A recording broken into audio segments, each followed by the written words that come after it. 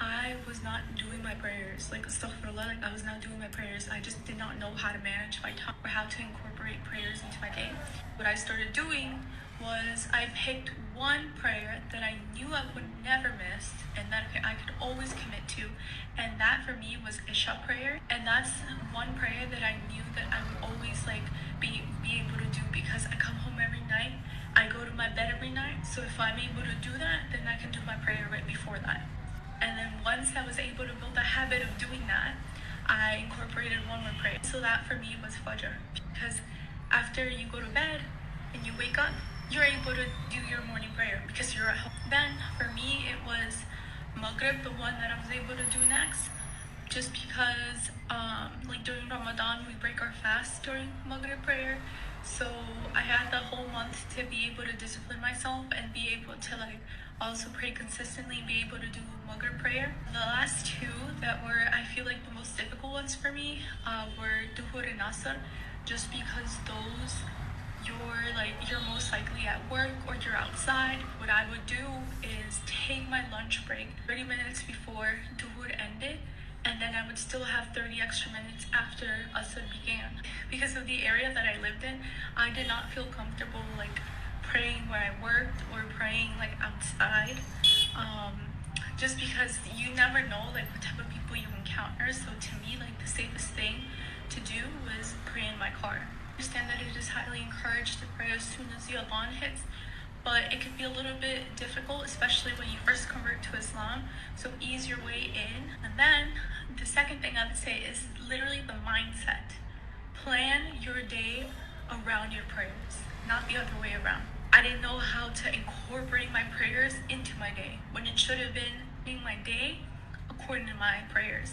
After that finally clicked over here, so if I'm gonna hang out with my friend, I'm gonna go get coffee, I'm going to see what time Duhur or Asr is right. And so most likely I will wait till Asr right, I will pray Asr, and then I will leave. Another thing that really helped me was also planning those hangouts with my friends or being with my family if I know I'm going to be outside, right? Is finding like a local mosque. If you have a mosque near you, then go to the mosque. That's another tip I have. Increasing the times you go to the mosque throughout the week will also encourage you to pray more. We all have like our ups and downs like with our deen. So when I feel like I'm having my down, I make sure I take my butt to the mosque and I do my prayers like with a community, right? Lastly, like be easy on yourself, especially if you're new revert. Don't burn yourself out.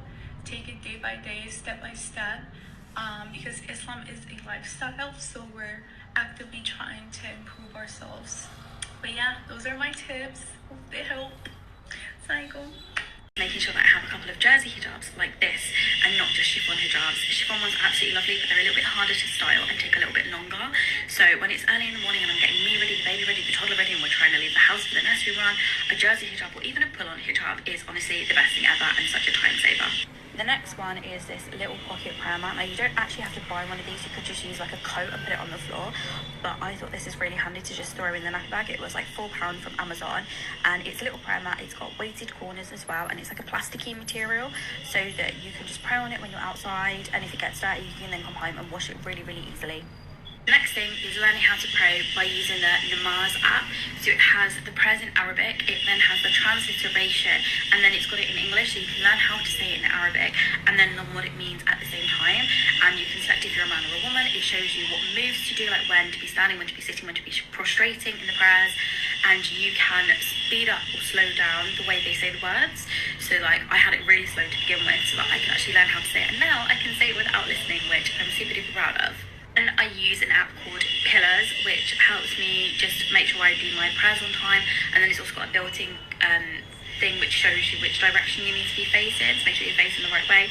Namaz app does also have that, so you don't really need it for that, but Pillars reminds me of my prayers as well, and the times are a little bit different, so I just prefer Pillars because it's really aesthetic as well. Lastly, I actually have 2 copies of the Quran. I have the first one which I got in Turkey, which is fully in English, and it's got very sort of like basic explanations, and it's nice and small as well, so I can put it in my bag and take it out with me if I want to take it out, if we're going somewhere.